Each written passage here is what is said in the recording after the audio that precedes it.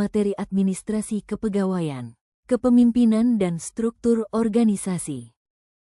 Sub CPMK 5. Mahasiswa mampu memahami administrasi kepegawaian, menganalisis peran kepemimpinan dan struktur organisasi, merancang sistem administrasi yang efektif, serta mengevaluasi praktik kepegawaian untuk meningkatkan kinerja dan pengambilan keputusan. Apa itu administrasi kepegawaian? Menurut Cascio, administrasi kepegawaian adalah pengelolaan sumber daya manusia secara efektif di tempat kerja, yang mencakup seluruh proses rekrutmen, seleksi, pelatihan, pengembangan, kompensasi, hingga evaluasi kinerja pegawai dalam rangka mendukung pencapaian tujuan organisasi.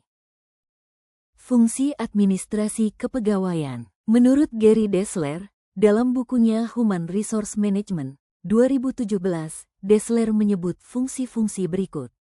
1. Perencanaan, menentukan kebutuhan tenaga kerja. 2. Pengadaan, rekrutmen dan seleksi karyawan. 3.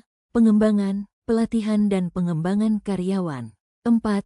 Pemeliharaan, menjaga kesejahteraan karyawan dan lingkungan kerja. 5. Pelepasan, mengelola proses pemisahan karyawan dari organisasi.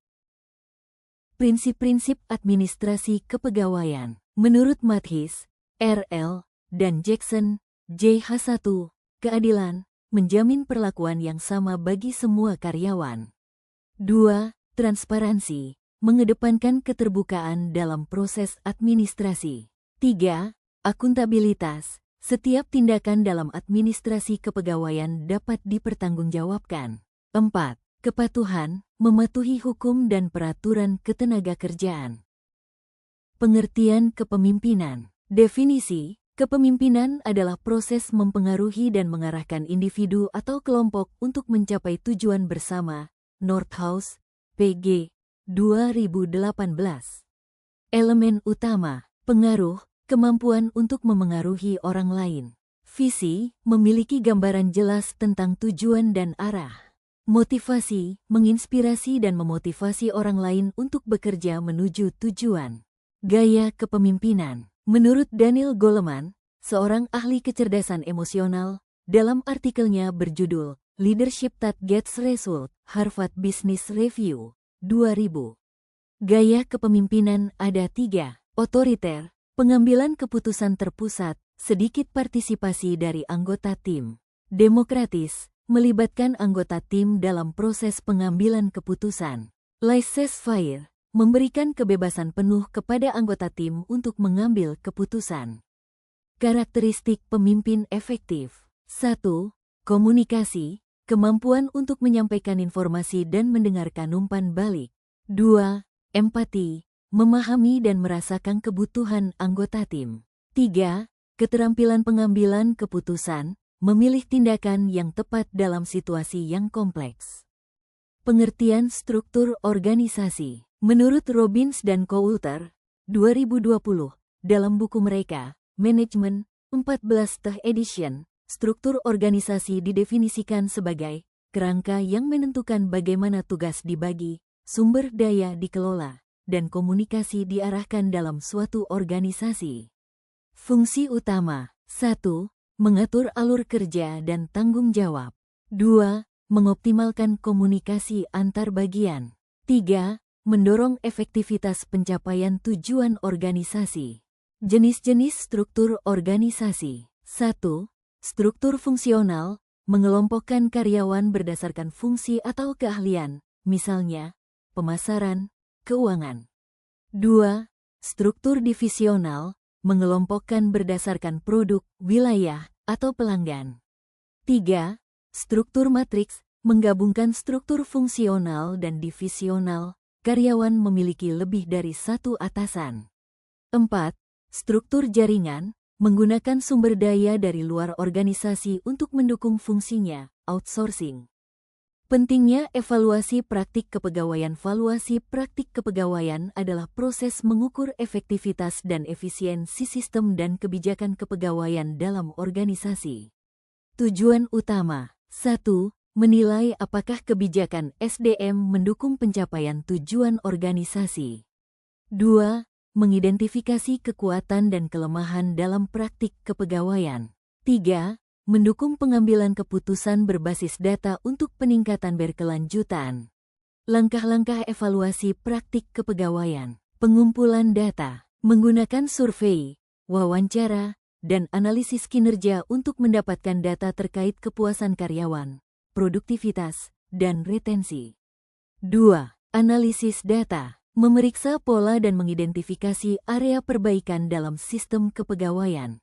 3. Penilaian efektivitas. Mengukur keberhasilan kebijakan dan program, seperti pelatihan, pengembangan karir, dan kompensasi. 4. Umpan balik karyawan. Melibatkan karyawan dalam proses evaluasi untuk mendapatkan perspektif yang lebih komprehensif. Tugas studi kasus. Buat kelompok per 3 mahasiswa, dan silahkan analisis studi kasus di bawah ini. Hasil diskusi akan dipresentasikan dalam pertemuan tatap muka minggu depan. Selamat mengerjakan studi kasus. Pengelolaan konflik di tim. Di sebuah lembaga pendidikan anak usia dini, PAUD, konflik mulai muncul di antara pendidik yang memiliki pendekatan pengajaran yang berbeda. Beberapa pendidik menerapkan metode pengajaran yang lebih tradisional, sementara yang lain mengadopsi pendekatan yang lebih inovatif dan berbasis permainan. Ketidaksesuaian ini menciptakan kebingungan tidak hanya di antara pendidik, tetapi juga di kalangan anak-anak dan orang tua mengenai metode pengajaran yang seharusnya diterapkan. Masalah yang dihadapi. Konflik ini menyebabkan ketidakjelasan dalam proses belajar mengajar, di mana anak-anak tidak dapat memahami dengan baik materi yang diajarkan. Ketika pendidik memiliki pendekatan yang berbeda, anak-anak menjadi bingung tentang cara belajar yang diharapkan dari mereka. Misalnya, seorang pendidik mungkin lebih menekankan pada hafalan dan pengulangan, sementara yang lain mendorong eksplorasi dan pembelajaran melalui pengalaman langsung. Hal ini membuat anak-anak mengalami kesulitan dalam beradaptasi dengan harapan yang berbeda dari setiap pendidik. Orang tua juga mulai merasa khawatir dan bingung mengenai metode yang digunakan di kelas. Beberapa dari mereka mungkin merasa bahwa pendekatan yang diterapkan tidak sesuai dengan nilai-nilai yang ingin mereka tanamkan pada anak-anak mereka. Ketidakpastian ini dapat menurunkan kepercayaan orang tua terhadap lembaga, dan berpotensi menyebabkan mereka mempertimbangkan alternatif pendidikan lain. Dampak pada kualitas pengajaran. Konflik antara pendidik tidak hanya berdampak pada pengajaran, tetapi juga pada suasana di dalam kelas. Ketika pendidik saling berbeda pendapat dan tidak saling mendukung, ini menciptakan lingkungan yang tidak nyaman bagi anak-anak. Ketidakpastian ini bisa berujung pada penurunan minat belajar anak, karena mereka merasa tidak ada konsistensi dalam pengajaran yang diterima. Lebih jauh lagi, ketika pendidik terjebak dalam konflik, mereka mungkin mengabaikan kebutuhan individual anak dan berfokus pada perbedaan pribadi, yang dapat berpotensi merugikan perkembangan sosial dan emosional anak. Berikan saran serta solusi atas permasalahan di atas. Thank you for watching.